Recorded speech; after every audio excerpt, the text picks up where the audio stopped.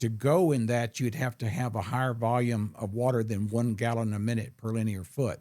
You'd have to have, 15 or 20 gallons a minute per linear foot instead of one. It would be wouldn't be a lazy river. It would be a river with a 3 full-time jobs. Right, there you go.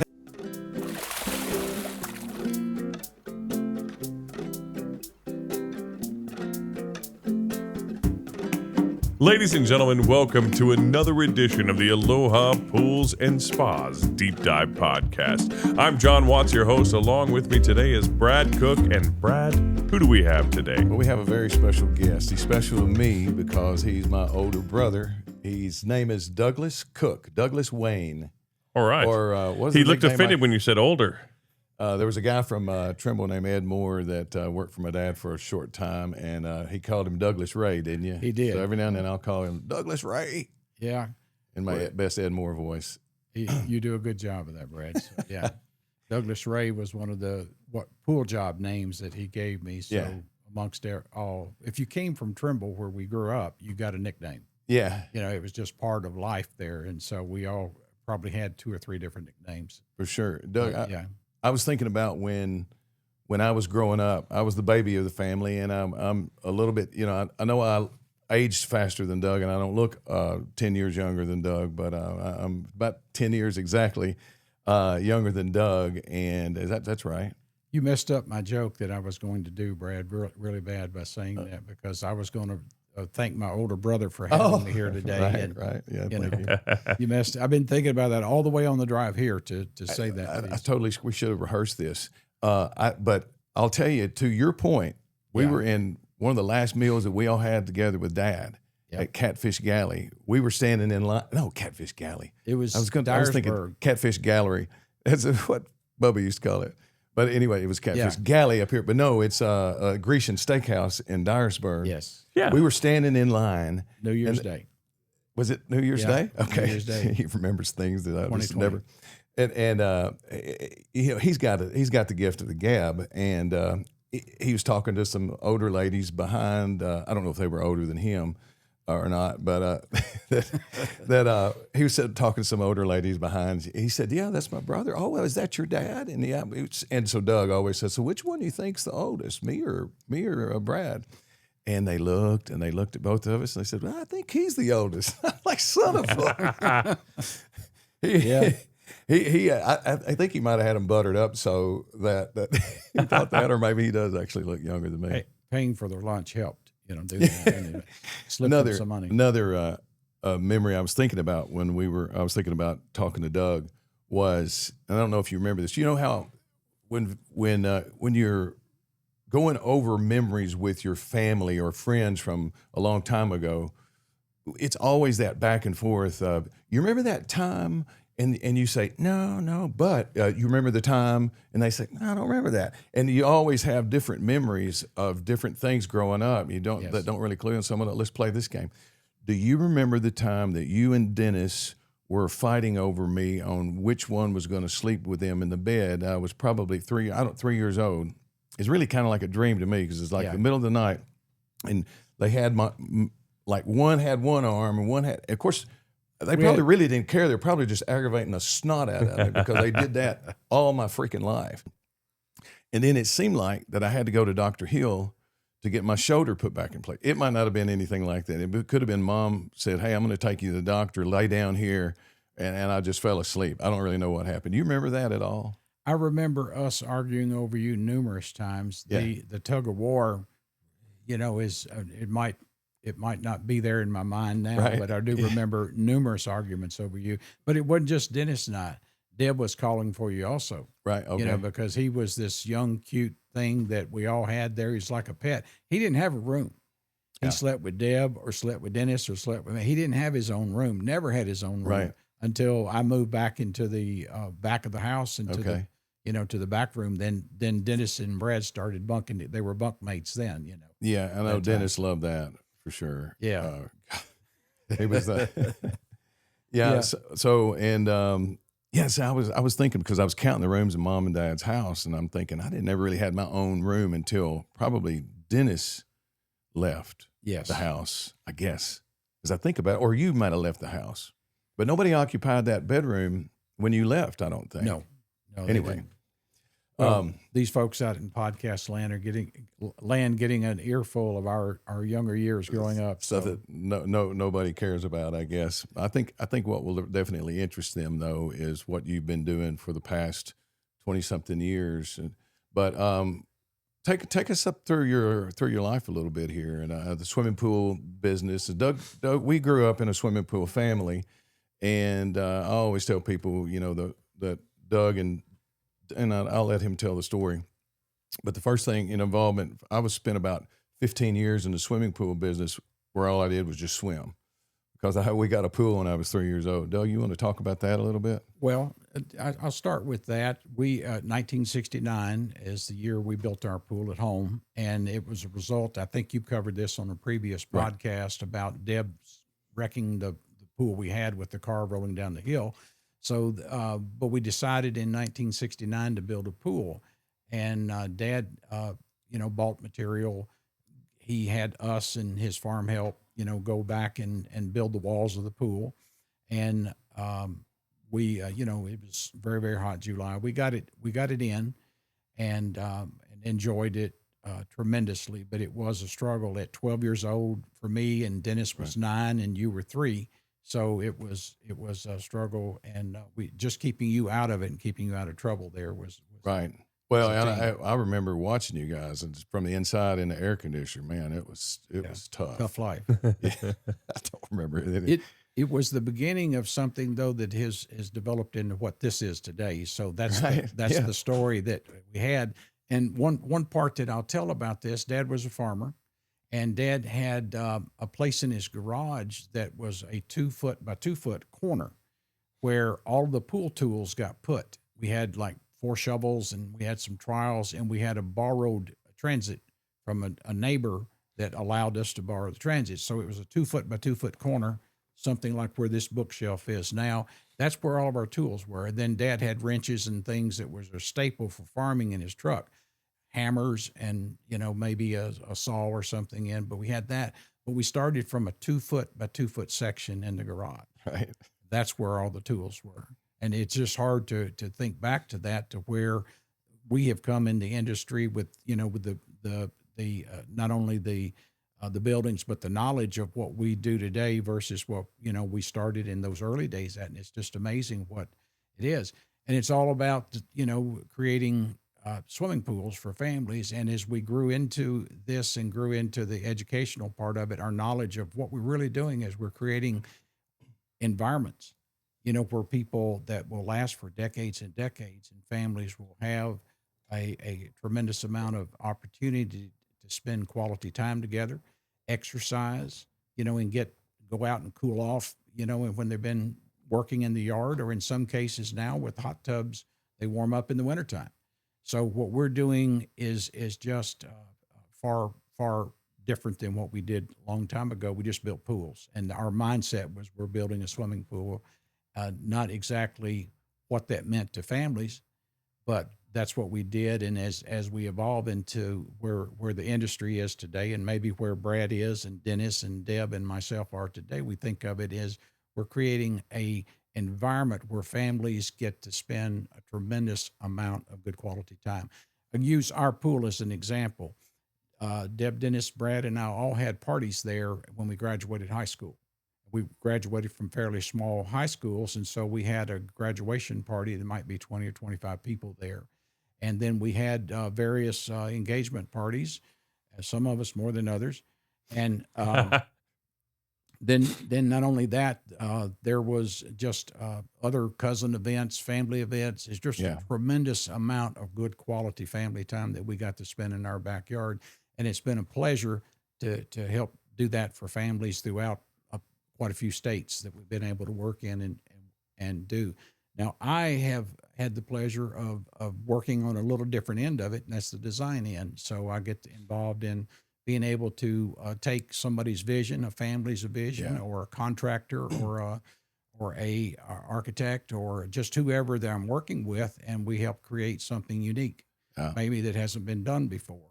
And I was thinking about that the other day. That I was thinking, like, I I think everyone, like all 5 of our listeners, would love to would see some of the work that Doug has done, because he has taken, and I've said this, it's probably multiple times, that we build pools from I guess above ground pools from 5,000 to 20,000, and semis from 20,000 to 40,000, and in grounds from 40,000 to about 150.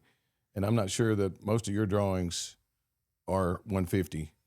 You probably have done some, but Doug will be showing us some things that he's drawn and been a project coordinator over, I guess, and Yes. A project advisor at least on some of them, and some pretty phenomenal looking work. And I figured the world would like to see that. And for those who see it and maybe want that extra little design element that Doug brings, that he could whip something up for somebody. Well, I'd be happy to, as I think Mr. John said that he would take some of the drawings and bring it into the conversation of the work, maybe as we talk about various ones. Okay. But I do residential primarily, but I have the opportunity many times to get called in on a commercial project. And in the last 3 years, I've done some been privileged to work with some people that had budgets that would allow us to work at a really, really high level. So got an infinity pool that I didn't design, but we got it engineered in Gatlinburg.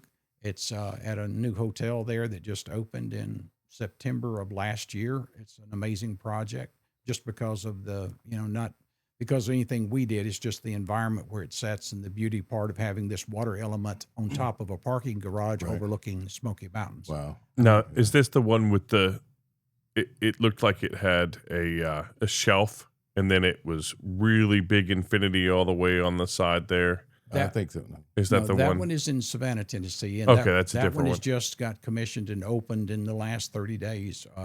No, last 40 days probably, or 50 days, something like that. Doug, I'm not. A lot of times I ask questions that I know the answer to, but I don't know that I know really the answer to this. What got you to doing what you do now instead of, or just what was that? What's your why behind all of that? Good, very good question. And the answer is, I used to sit in the pool store working, with Deb many years ago, way back in the 70s, 80s. Okay. And I would look at these pool magazines of some amazing work that was done all over the United States. And then I stumbled upon Architectural Digest and saw what I learned and met some of the designers that worked and had the cover of Architectural Digest. I'll mention the guy by name, David Tischerman, out in California. Okay. And then I got to meet David and have worked not worked underneath him, but got to learn and been in many classes, part of an organization he taught in. But what started me drawing pools was in 1989. I worked with a friend in Arkansas who became a friend, and he was drawing pools. And he was doing that as a sales portion of what he did. Right. So he would draw the pools, and then I came in as a salesperson for him, and then he taught me how to start drawing pools and how drawing it in the backyard made sense. And then then I caught on to it. Hey, this is a way to communicate other than doing it on a napkin. Do it in color, and then do it in the space. And I found that I gravitated to it very quickly and loved it. Right. But it was very elementary in 1989 versus what we do today with computers and computer-aided design, doing 3D modeling and so forth. So it was just a 2D look at a color, but it was so much better than in color, so much better than putting a brochure in front of them saying, we can get you this, and we can put this in your backyard. When we personalized it to, this is where your house is, this is where your fence is, this is where your garage is, this is where your swing set is, this is your pool in your backyard. And then I began to see how that would make people get excited about what the swimming pool was, and knowing all the time, what the end product would be and how they would use it, but then they could begin to visualize that being in the yard. And now with the tools today, it's like they even have virtual reality. You were talking about the virtual reality. Mm-hmm. and I'm saying that right. Yes. Where tell us about that. What that helps to visualize. Well, Helps what it does is when you do the design for someone, and I'll say this in the beginning, I haven't used it, but I know it's out there, and it became a big thing real quick, and then I'm not sure how big of a thing it is today. But what it did about 8 years ago, it would be someone would put the headset on, and they would had it in designed, and then they would go out into their backyard, go through their door, and then they see the pool in their backyard, in their space. AR. I did not It's know that. augmented reality. Augmented reality. Yeah. Okay. Well, there you go. I'm still learning about that. But that's a place that would help someone feel, that because they walk out their own door, and then they've got this on the augmented reality, and they see what someone's created for them. Yeah. And so I'd like to do that. that is something that I haven't learned yet, but it's a tool that if I take that path, it'll be something else that I can offer. But right now, I am using the 3D modeling. Excuse me, and I create the home. I create the doors, the windows, the light fixtures on the side of the home. I try to create that. I try to create everything that's there so it can be easily identified. Hey, this is my place. This is my backyard. This is what it's going to look like, and it's all done to scale. So it's if I've got a survey, we even do it with the slope of the yard. So we're putting a level pool on a sloped yard and creating an exact model of what they're going to get. And from that model, then we get into the technical drawings. And the technical drawings, a lot of times, and now I work with an engineer in Texas, and there's one in California that I'll probably be working with because he's licensed in more states than the engineer in Texas is. But we do site engineering because some of these vessels are quite large. And we have the soil samples and engineering done on most of my work in this day and time. Are you starting to see AI creep into this? AI is there, and I have not used it for that purpose. I use it a lot for research of materials. But AI is there, and we understand that it's going to, and other people probably are using it and are ahead of me as far as the AI part is concerned. I hung on to paper and pencil for a long time. Then I graduated to computers, and so AI. I might be doing that someday as I'm in my nursing home in the area, still designing pools. When I'm 90 years old, I'll be probably using AI by that time. See, I use graph paper and colored pencils. Now, Doug, when you were talking about, and actually I don't do that hardly. But Doug, you were That's talking what about you send me is the graph paper, and then say, "Can you do something?" With and a stick figure with a blonde-haired woman and a brown-haired dude, standing by the grill. No, but what I was getting at though is a lot of once he has his drawings, sometimes he will put in people and then do a video. That's what I was hoping that you were going to be talking about. Can you tell us about that? I do. I try to make it as realistic as possible, and I sent when I did the hotel drawing for you and Cindy. Oh, right. So we collaborated on the shape and design, and so that drawing that I did there, I did that. And by the way, there was 14 iterations. Changes. Yeah. There's 14. I counted them last night. I didn't see that on the bill. Yeah. Well, anyway, maybe I need to go back and rebuild for that. But anyway, right. I think the bill was zero because it was worth every penny of it. Yeah, I'm sure. But that one I put people in the pool. We created the benches, the bar stools. Yeah. We created the tables, and then as that project evolved, we went from one big pool with an island in the center of it. And my vision or my thought that I conveyed was that island can be a place that, Brad, you can have weddings there at your hotel. And you can have bride and groom, walk across a bridge or walk across something that you put there either temporarily or permanently. You know what he's talking about at our motel, right? Okay. Because he was just there a couple of weeks ago. Okay. Yeah, it's beautiful. Well, that space in the center was an island to begin with. And then the state of Kentucky had other plans, and we made the Brad called and said, "Hey, the pool's too wide. We'll have to have gutters on it." And I said, "Give me about 20 minutes. I got an idea." 30 minutes, hour. And I sent him back a drawing where all we did with the island is extend the island to connect to both ends of it, Right. and made it a legal sidewalk, which Kentucky required 6 feet of sidewalk. Right. And then boom, we had 2 pools instead of one, and they approved it. Or the dam in between the pools, since it's right close to the dam, you know, and all those. Yeah. That's kind of what what in my mind, I thought that's what the whole idea was. Yes, dam was said many times in this whole thing. It did I come up promise then. you. Yeah. Oh my gosh, we were fighting a deadline, and oh my gosh. Yeah, that was one. I had to research that one last night, and when I was sending that video in to y'all again, I had to look on that, and I had to go in and open it up because I had taken the deck off of it. I'd taken everything and in my software, I can strip down to just the pool. And I had done that, and just 2 bodies of water sitting parallel with green all around it.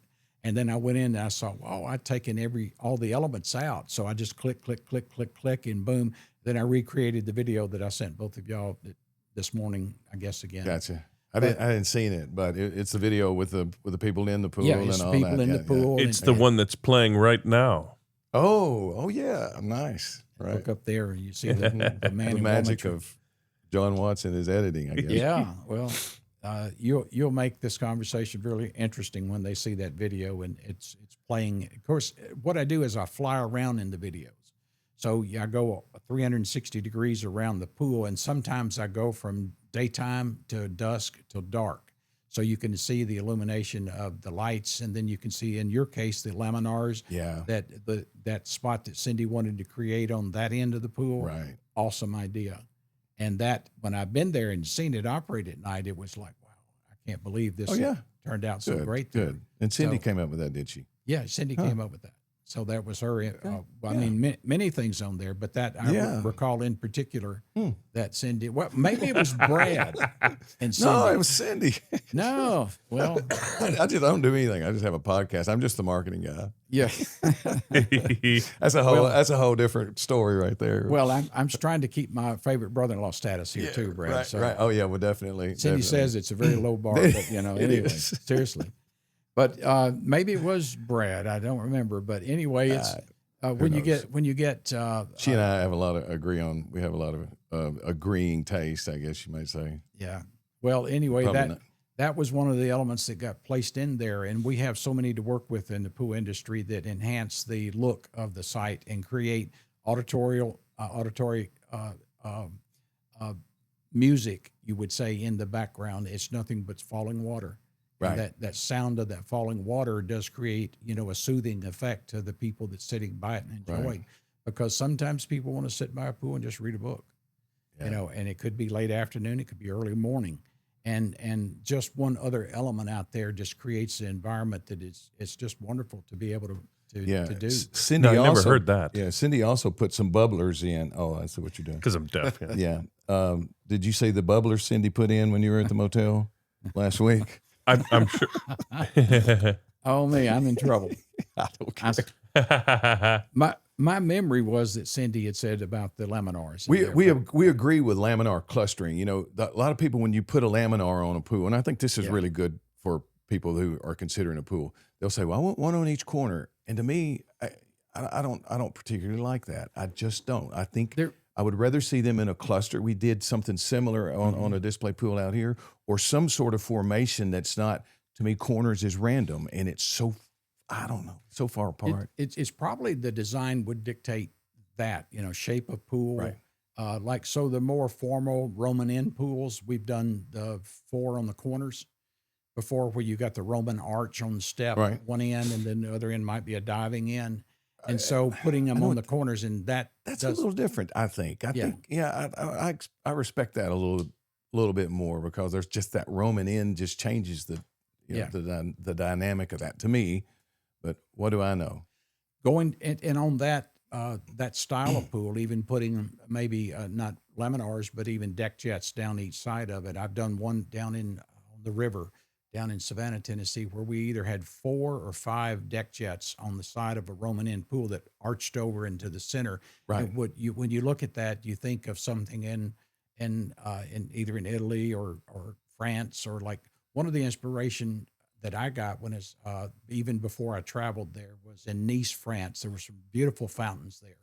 But inspiration on seeing in the pictures of places that I actually got to travel to, in Nice, France was one where I saw some beautiful jets that went over into a pool, and then other places I've been fortunate to travel. Are you talking about the ones that kind of go toward one another? They're like they're lined up down the, so when you're looking down the length of the pool, you see these things coming into one another. Yeah. And the linear pools like that, they do look really cool and good in that fashion. But the way that the Lake House Inn pool is, where they're on that one end, they're, that's a focused area for them, and the collective group of them actually, is more inspiring than one there and one here and one there. So that collective group, y'all hit a home run with that.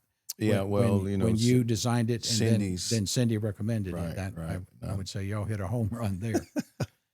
Favorite brother-in-law status. That's right. That's right. Anyway, but there is in what I've been able to learn is from other people, and I want to emphasize that what I do is just I'm passionate about what I do. I study.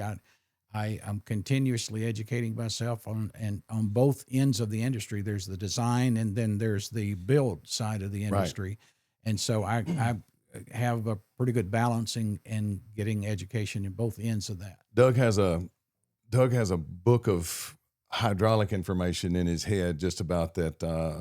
Some people would have to reference, and you can just about. And actually, I have it in my head as well. It's Doug's number.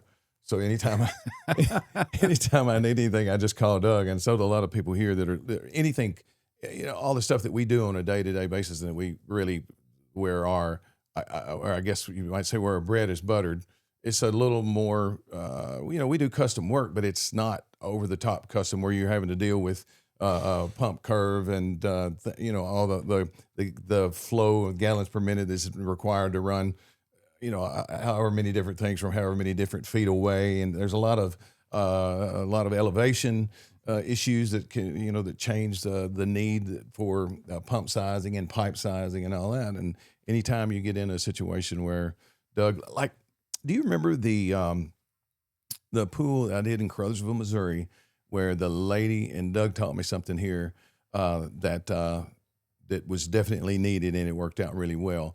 The lady wanted to run her fountain, and so it was a curvy pool, but it was not so much that you couldn't put an automatic cover on it affordably. Mm-hmm. All right. And then she wanted a rock waterfall out to the side of it, but she wanted to run that waterfall when the cover was on. And so what we did is we built the waterfall, and then we put drains that went down into the pool. Well, it's the pipe sizing for a drain that's draining into a body of water is a totally different need than a drain that's free and there's air out on the other end, because the water is going to slow down the flow on it. Okay. So we had to design, I think, 3, I don't know if it was 4 or 6 inch pipes that went into the wall of this pool. Remember that? Mm-hmm. Good. It was one of them, because it wasn't that long ago, but it was 5 or 6 years ago, I guess. And so imagine this rock waterfall and the water's just disappearing into a bed of rock. You think we have any photos of that? Yeah, gosh, probably not. We could probably get, the pool is not that old. The people have since gone on in, and so there's new owners. So I could just about find that if I drove over there. And Cindy, she will know exactly, because she helped me on. She designed it. She designed the fountain. Did Cindy? She helped me sell the pool or something. But Missouri, right? Yeah, over in Caruthersville. But so anytime I come up with something that's a little bit above my pay grade, it doesn't have anything to do with marketing, then I'll call Doug and ask him. So Doug, do you just work independently all over the country for different pool companies? Well, is that what? Yeah, all over the world and parts of Alabama. So all over the world and parts of Alabama. We grew up watching wrestling on I guess was that, or did that come from that? No, on Saturday did. morning. It did. WMC TV. It doesn't come from that though, did it? It came actually from that, and then from going to auction school. There was a guy there at auction school that used the same term that we grew up hearing there. So in parts of Alabama, I throw that in very formal conversation sometimes, and people look parts of Alabama. I mean, they may be from California, and I'm saying parts of Alabama. So they may be from. And for the record, I have never designed a pool in Alabama. Right. Hey, it's early yet. Once this podcast goes viral, you'll be designing all over the world. And people from parts unknown. That was another one that was and parts unknown. The masked wrestler would always come on from parts unknown. Oh, okay. Yeah, whatever. He was probably from Bogota. Right. Probably so. Yeah. And what are you working on now? Well, right now I have a project down in Mississippi that is a perimeter overflow pool, and we just did the final drawings, engineering on it, and we made some changes. We're adding a chiller system to it, so we're having to do a little bit of plumbing redesign, but that's one. I have a project on the Tennessee River that is elevated above the ground about 15 feet. So the pool is 15 feet above the supporting soil below it. So that's I'm working on, and he's just said, "Hey, I want a beach entry on that." Yeah. So when I told the engineer that on Friday that we need to do a little redesign, he said, "Boy, that's going to be a chore to build that beach entry 15 feet above the ground." I said, "Yeah, that's what he wants." Right. So we're doing a total redesign on that to add a beach entry to this 25 by 50 foot pool, and he wants a diving rock on the end that was going to have the tanning ledge. So now we're going to that, which these things are just evolving. Once you do, it's not unusual, right? To get a plan set complete, and then someone has an idea because they travel or they see something that they like, and they say, "Hey, can you do this?" Right. Sure. If it can be done. We haven't found a way to levitate a pool just yet, but we're working on it. Right. But this particular thing is on the Tennessee River. It's an infinity pool. And then the opposite end, away from the infinity detail, is where the diving platform will be, and technically it'll be 69 inches tall. So, now when that's the drawings he'll get from us, it'll be 69 inches above the water, 69 inches. The diving rock. The diving rock. Really? Okay. Yeah. How deep are you going to put that? That's going to be 10 feet deep. Okay. And it will be a 10-foot depth. It is a Type 5. If you look on the diving instructions, it's a Type 5 swimming pool. So, right. You mentioned or greater. Haven't found a way to levitate a pool yet, and that made me think of those hotels and stuff that have the pool that spans out over. It's just it's like extended, so it's just this big glass box, and you swim and you can look down and see, and those terrify me. Oh God, me too. I wouldn't get in that pool because I have I just couldn't do that. You have to sleep. I could help draw it on paper, but no, that's an engineering feat there. That someone has got a team of that's crazy engineers and architects that's come up with that. That's a level up that's way up there, and I'm not there, but I could tell them where to put a tanning ledge or put an infinity edge. But that's a pool that takes a significant amount of investment in, and the glass work on that is millions of dollars. Oh, I would imagine. When they do that infinity glass. Now, I designed a pool down in outside of Orlando. I can't remember. It's winter something.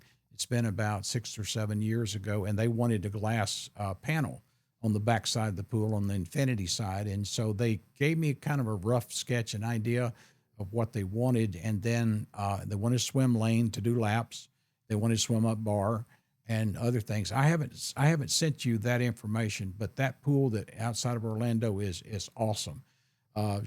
Swim up bar, a shade structure over the swim up bar. So you got a dry side and a wet side on that, and a swim lane and an infinity spa inside the pool too, on a tanning ledge. And so that one I did for a builder. I won't call the name, but in Orlando area for that client out in the area. And I don't know that it got built because it was pretty expensive. at the Wow, time. it So, sounds like it might have I'd got be built. hanging out there for a year. Will you send me that so I can? Yes, I'll show, send you that one. Then that's what we were just looking at. Yes, that was what we're just looking at there. That design was a pretty crafty one. I did it in 2019, I think, something like that. And that was I had several designs in Orlando that did get built, but that was probably the most elaborate one that I did there. And at the time that I was working there, it had not gotten built. They had not built that. And there's others along different bodies of water I've designed that haven't gotten built because one in Arkansas that I designed many years ago was, wow, it's been a bit ago.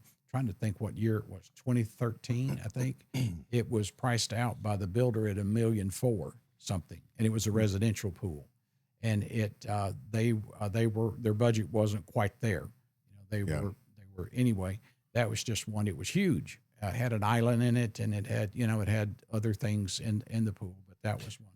Well, what I want to say this, the thing that the design part of it is great, but at the end of the day, it's water. And all we're doing is building the container for it. It doesn't matter if it's an above the ground swimming pool, because that's what we had when we were kids growing up. I had more fun in that. It's just as far as having pure fun. That above the ground swimming pool was more fun than anything you could imagine. It didn't matter if it had coping from Spain and tile from Italy. None of that mattered. It's just that water. That water was the most fun thing that you have. Yeah. And that's what we do. And we're creating a vessel that contains water. And that's what, the containing of the water and the environment around it is the art part of it. But as far as what we do at the end of the day, it's just water. And it's a lot of fun for people from infants to 90 years old, 100 years old. It's a lot of fun. Our grandmother, I want to say this, our grandmother Cook used to come down we lived next door to our grandparents, Brad and I did. We had the pleasure growing up next to Granddaddy and Granny Cook.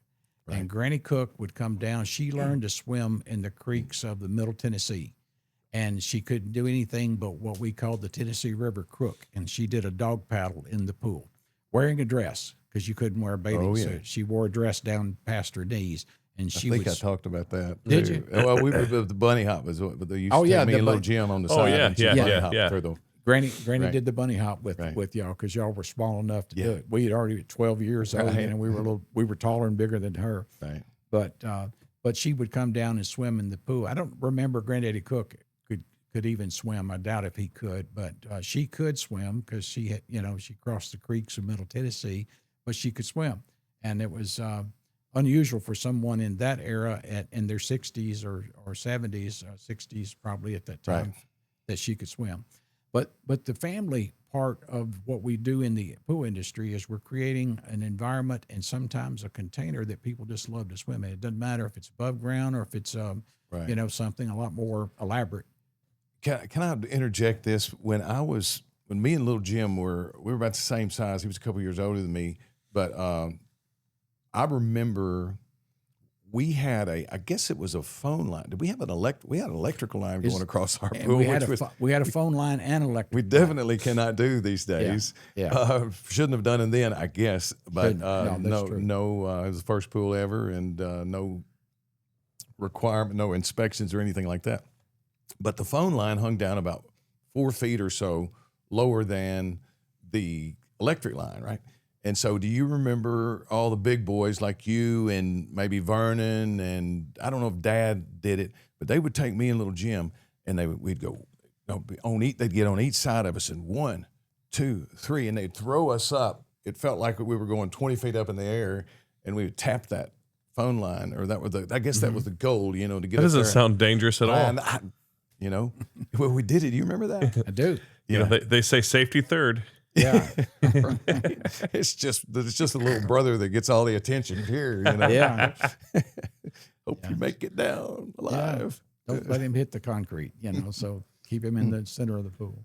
But it was super fun. That memory just kind of popped up as we were talking about Granny and cousins. Childhood. I mean, everybody would come and swim, and we'd have, the pool would be full on Sundays, and we'd be dose it up with chlorine on Mondays. So, so it was just a tremendous.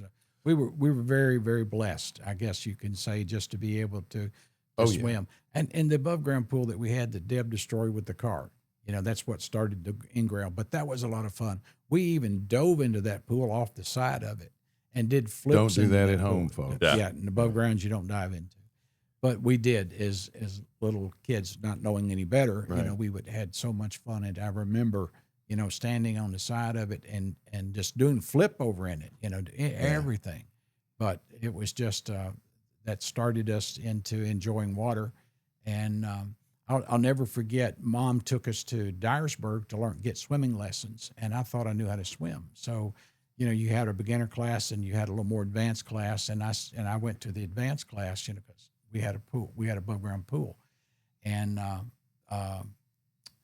I just a short story is they gave us all a test. I failed the test, and they put me back in the beginner class. Oh, really? Oh, it was humbling. All the way back to beginning. Right? All the way back to beginning. But I thought I knew how to swim, but I learned, again, really how to swim, and did, this is before we built the in-ground pool. This is years before that. It's probably 7 or 8 years old. Okay. But anyway, it was what we got to enjoy, and building swimming pools, came into a life's work for all of us, Deb, Dennis, and Brad, and I all. And then not only that, children and grandchildren, that work in the industry. It's been a journey that has brought in just many, many more people throughout our family. It's like a rut my family can't get out of. Yeah.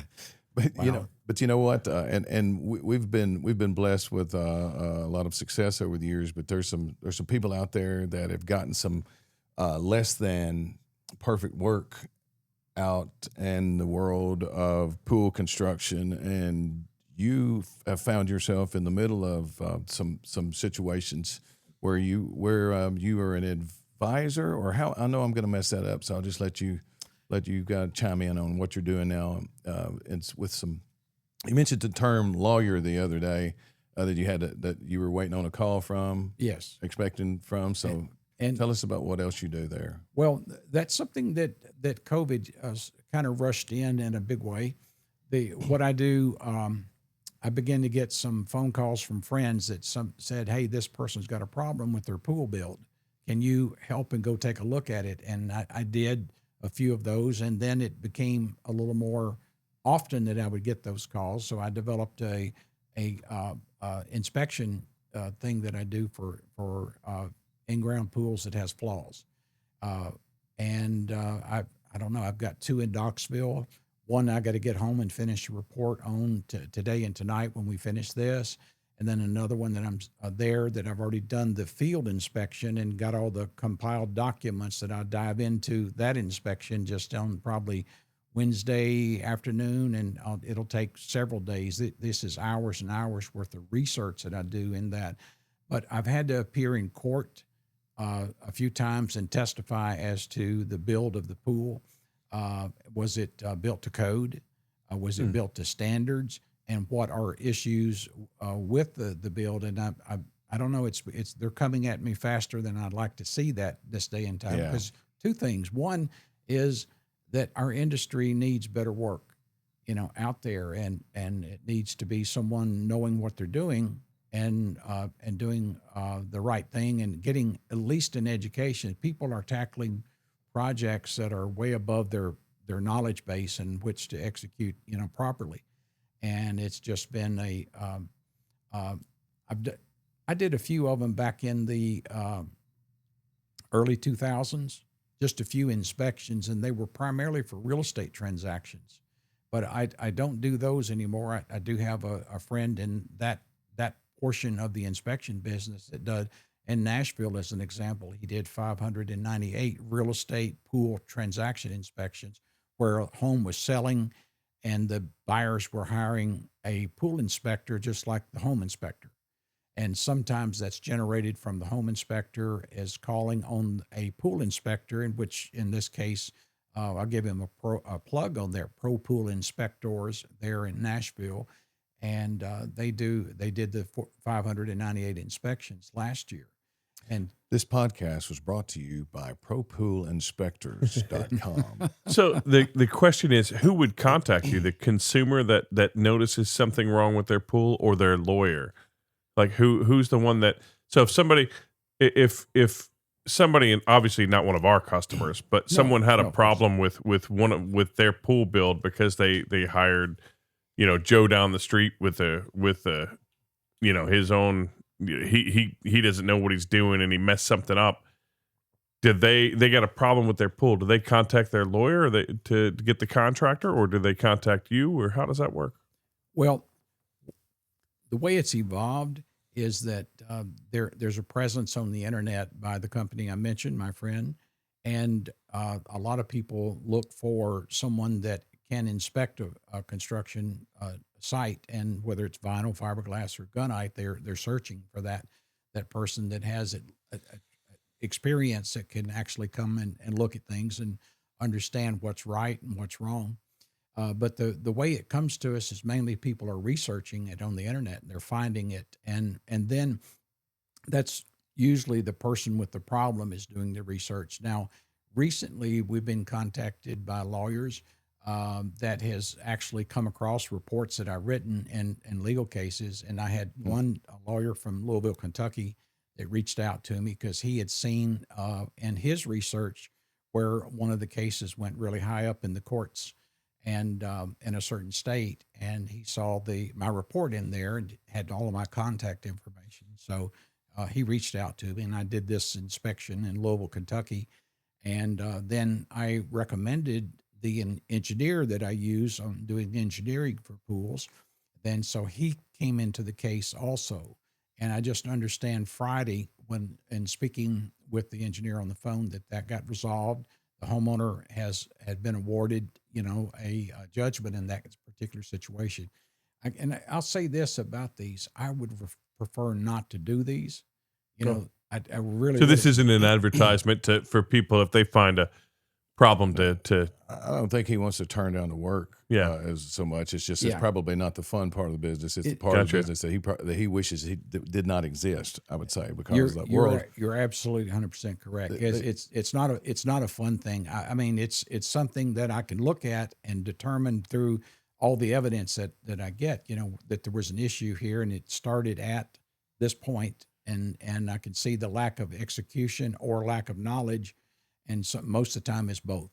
But that case in Louisville that you're speaking about, I'm going to ask, because I think Doug may have done more than he actually realizes, because isn't that pool going to have to be levitated and set aside and a new one be put in? See what I did there? Huh? Yeah, you did good, Brad. Unfortunately, most likely that pool's going to be torn out and a new one put in there. And I've had that more than one time. I had another one in the Nashville market that I was on, that the pool builder actually went in and said, I'm going to do the right thing. And he tore out the pool and tore out the spa and built another $300,000 project there, where he had just 6 months or 8 months before finished that $300,000 project. But they stepped up and did the right thing, and it never went to court. So it always better to do the right thing before you are forced to do the right thing, because it's going to cost you a lot less to do the right thing. Yeah, it's just it's a sad thing, because the guy that did the wrong thing, a subcontractor, is a friend of mine, and it was like when we showed up at the job site to have a meeting. This guy's a friend of mine. I shook his hand and talked with him, and then another guy there that did some subcontractor work. On top of that subcontractor's work, we all just know each other, but then it comes down to, why I'm getting paid to be there. And it was sad, but it was, I had to say to these guys, look, this was wrong. This is not right. And then I brought an engineer in, and we core drilled the pool, and we found the flaws, and the pool builder said, we're going to do the right thing. We're going to rebuild. They tore out the pool and built it back. And and we've had other pool companies where I pointed out the errors and the safety concerns that were there. And they just wrote a check, said, here, we'll settle for this amount of money. And the owner said, fine. did it. But you don't hold that against Doug that he hangs around with people like that. You notice that he does that. I think that's just so he makes a living. You know, he uses their uses their bad work to. What I wanted to say was, if a consumer is out there watching this podcast, and now they're thinking, "Gosh, sounds like he's got a lot of work with all these bad pools. I don't know if I want a pool." It's probably not a very common situation out of the hundreds and thousands of pools that are built. How what's the percentage of ones that you run into that are poor? Well, in the markets that I worked in, it's generally people that's just gotten into the pool business, and that has branched into areas of the pool business. They might have been a vinyl liner or fiberglass person, and they got into a concrete pool. So Gotcha. Not all of them are concrete pools. I've got right now a case for a concrete pool in Knoxville, a vinyl pool in Knoxville, and a fiberglass pool in Nashville.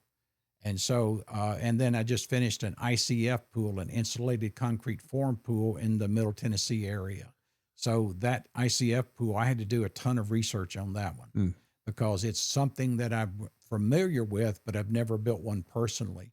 Gotcha. So I contacted people for it. But it's a small percentage, though, Mr. John, to answer your question. It's so the takeaway for the consumer would be, do your research on who you're hiring to build your pool. Make sure that they've been in business for long enough that they know what they're doing. Maybe look at some other examples, see that, look at their reviews online, that kind of thing. I would say a safe thing to do is if anybody's got over 2,500 reviews and they're at around 4.8, that's probably a pretty good choice. Of course, pool builders. I would say just use that as your. Funny how you would come up with that, as your baseline right there. Don't consider anybody with less than 2,500 reviews and 4.8 and anyway. Right.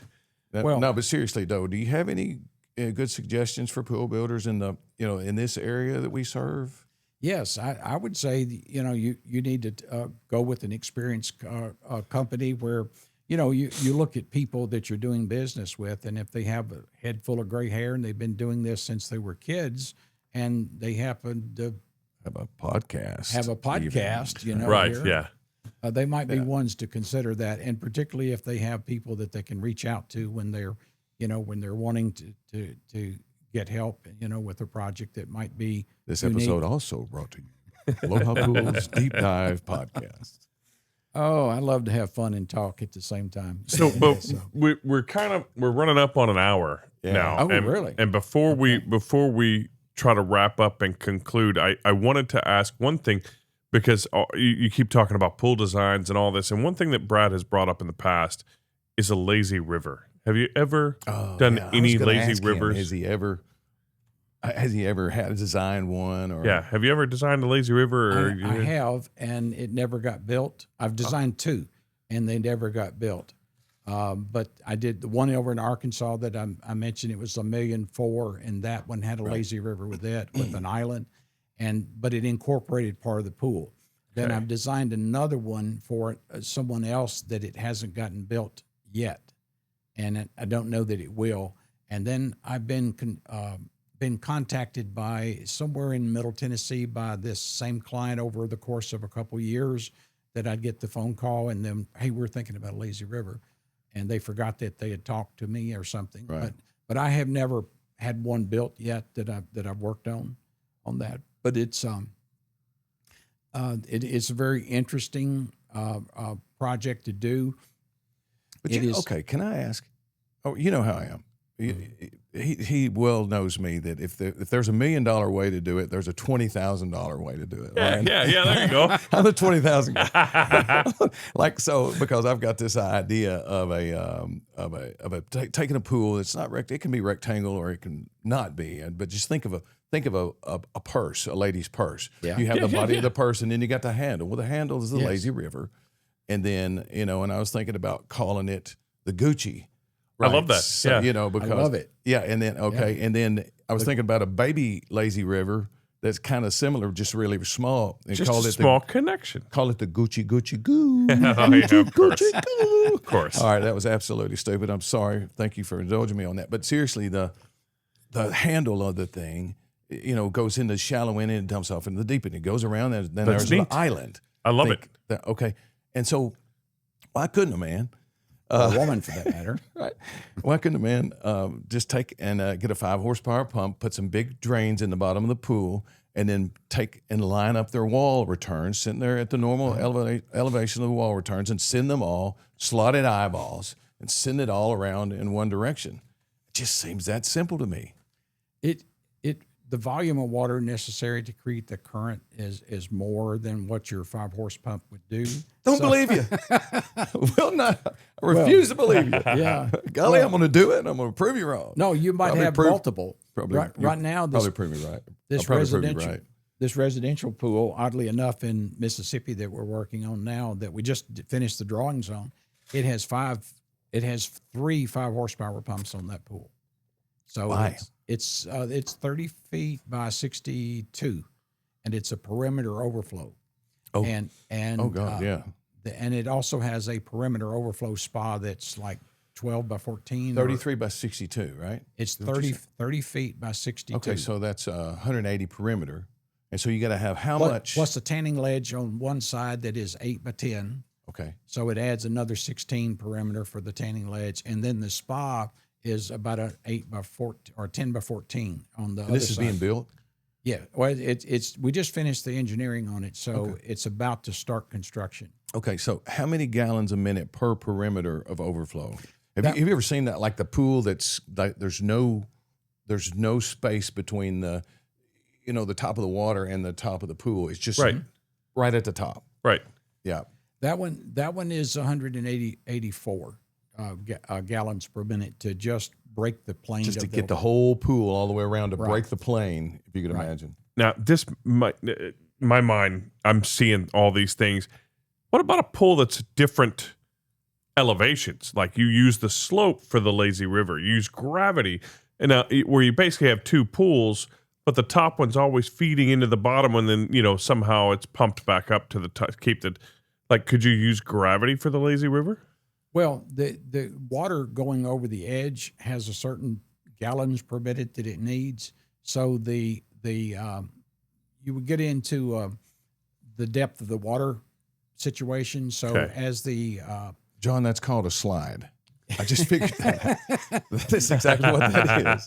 You might need several thousand gallons of water going over the edge for it to be deep enough. So we doing the perimeter overflow. It's just a real thin sheet of water going over the edge. Okay. But I understand the concept, and I think I don't know if it was you or who I did a design for once where it was an infinity pool that went into a lower pool.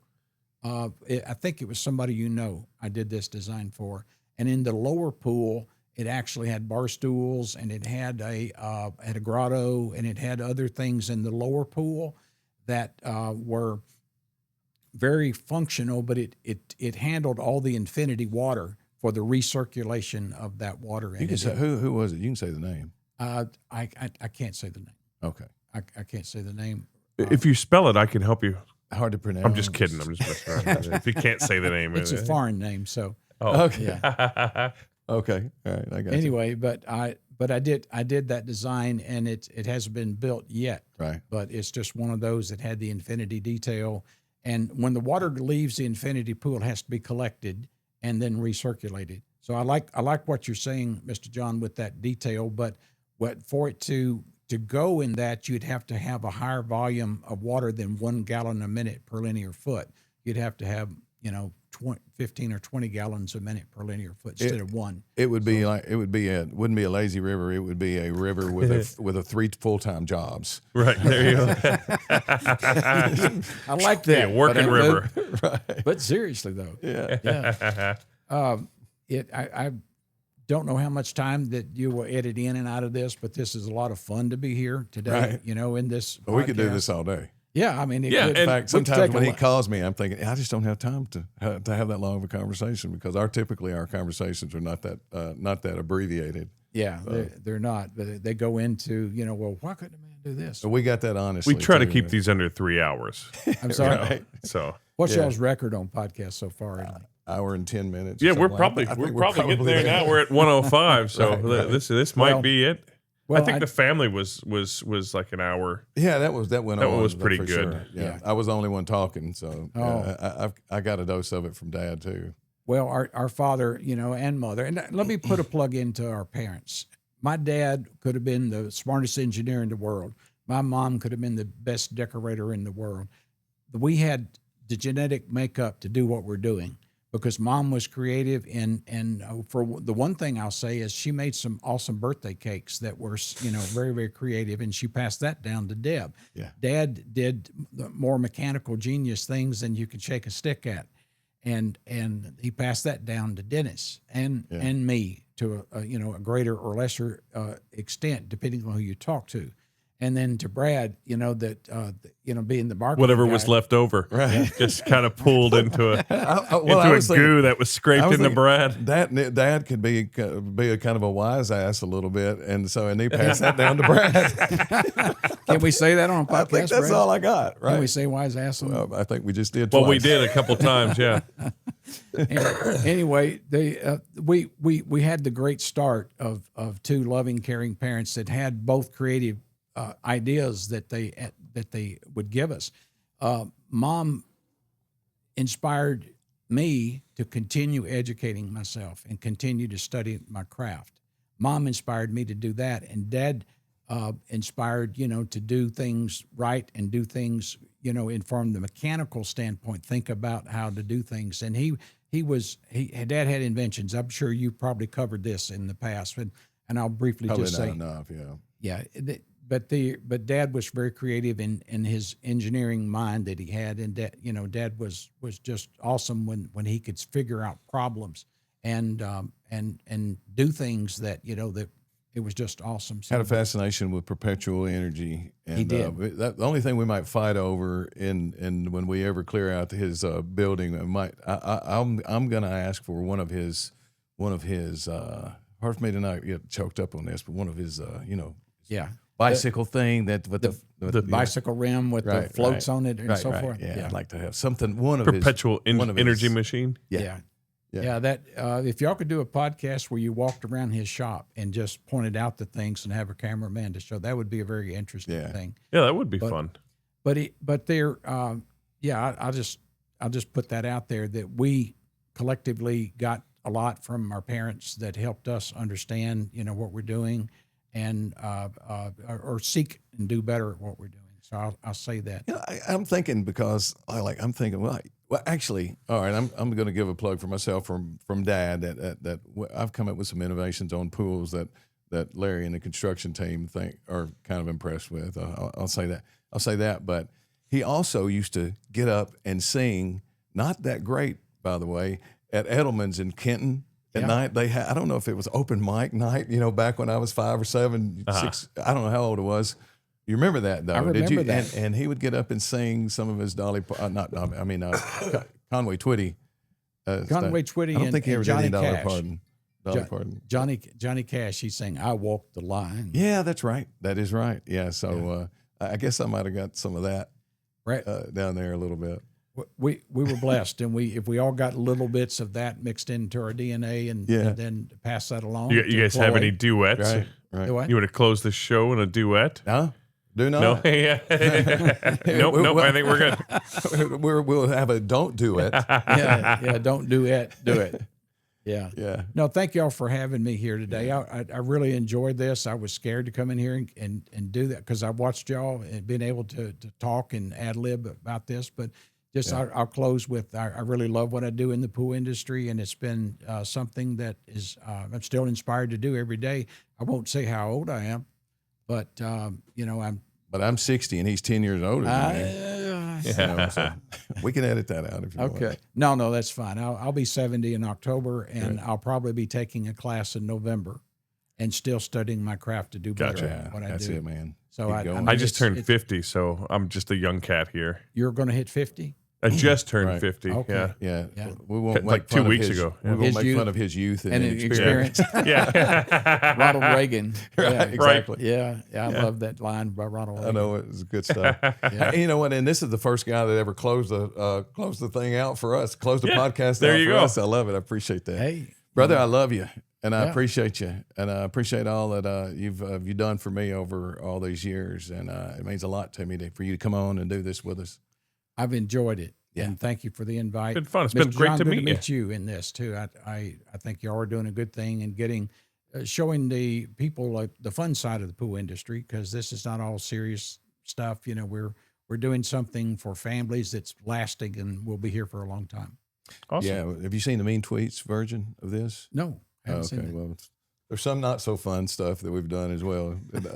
Which ChatGPT told me that was really good that we're doing that. Well, there you go. But ChatGPT says everything's good. Oh my God, I know it. Yeah, Everything you do is the best idea ever. We're seeing each other now. Me and Chat. Did you get the email? I said I think Chat's wanting to date me. Yes, I saw that. It does. Oh, It he's has a telling good tendency. things. You have to put those You use it. guardrails up. Yeah, I've used it for research and doing my reports. Yeah. I have used. You're not just building a report. You're building a thesis. I mean, it's just like if you think about that, part of what I do is like writing a term paper on steroids. You know, because I not only do I have to look at the product in the field, and I have to go back and sit down and I take videos of everything and measurements of everything that I see on the job. I have to go back and listen to myself talk in those videos, which is really, really hard to do. And then I have to write these reports. Yeah, I know. And he doctors your voice down. I don't know. I don't seem to have that problem. I don't know why.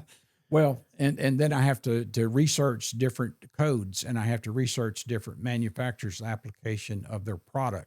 And then I have to compile all this stuff and then sit down. What I hate to do is then start typing and writing it into the report. So that's the part of it that's very, very painful. But, you know, it's meaningful, and it produces good results in most cases. So that's it's a good thing. It is. Yeah, absolutely. Yeah. And you know, the one thing that a lot of people don't understand is that you can get it to not blow smoke up your butt and worship you. You just have to tell it to not do those things. And some people just refuse to do that. They enjoy it, doing that and loving on it. Talking about, John. They really like all the ChatGPT hype man. Bring it on, Chat. Right.